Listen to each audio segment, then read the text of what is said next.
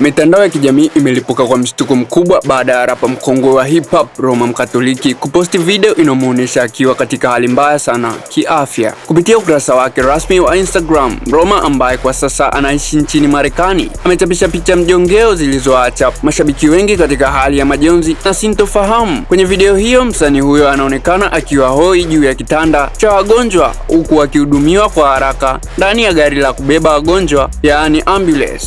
Kinachotatiza zaidi ni kuonekana akiwa amewekwa mirija mbalimbali ya kupitisha dawa mwilini pamoja na vifaa vya kumsaidia kupumua, huku kukiwa na wahudumu wa afya wakimkimbiza chumba cha dharura. Hadi sasa hakuna taarifa rasmi kutoka kwake au kwa familia yake inayofafanua ni ugonjwa gani hasa unaomsumbua. Hali hii imeibua mijadala mizito miongoni mwa wadau, wakati mamia ya mashabiki na wasanii wenzake wakimiminika kwenye comment kumwombea dua apone haraka. Kuna upande mwingine wa wachambuzi wanaohisi kuwa huenda ikawa ni sehemu ya kiki au kipande cha video ya wimbo wake mpya unaofuata. Hata hivyo, wengi wanasisitiza kuwa kwa afya binadamu haipaswi kufanyiwa mzaha hata kidogo. Sisi hapa tunaendelea kufuatilia kwa ukaribu kujua nini hasa kinaendelea nchini Marekani, na tutakuletea taarifa kamili punde tu itakapotoka. Je, wewe una mtazamo gani kuhusu video hii ya Roma Mkatoliki? Unadhani ni changamoto halisi ya afya au ni ubunifu wa sanaa kuelekea ujio wa ngoma mpya? Tuachie maoni yako kupitia comment section hapo chini, lakini pia usisahau kusubscribe,